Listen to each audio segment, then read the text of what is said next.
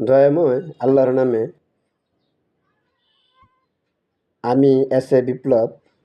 আমি আমার লেখা একটি কবিতা পাঠ করব। তবে তার পূর্বে এই কবিতাটি যে যেখান থেকে দেখবেন বা শুনবেন তাদের সবাইকে জানাই আমার পক্ষ থেকে সংগ্রামী সালাম। আসসালামু আলাইকুম। কবিতার শিরোনাম মশা কাহিনী।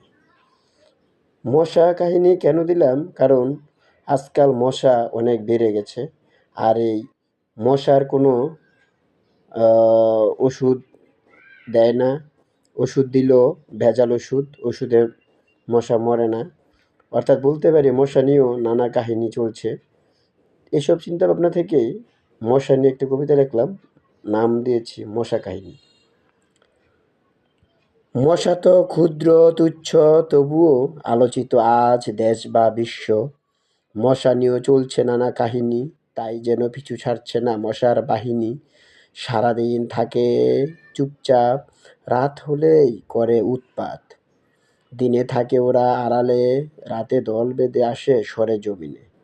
যদি বলি মশা শব্দ থেকে মশারি, কিন্তু তবুও মশা থেকে না বাঁচি। মশা থেকে আমাদের বাঁচাবে এমন কেউ আসবে কি? মশা নিয়ে করবে না যে বাণিজ্য আর দুর্নীতি?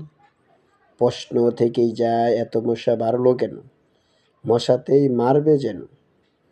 মশা দূর করার দায়িত্ব নিবে কে? সমাজ, সিটি কর্পোরেশন কিংবা সরকার? উত্তর দিবে কি সে? মশার উৎপাতে মরেছিল নমরুদ, তাহলে কি তারা চায় আরো কিছু মরুক?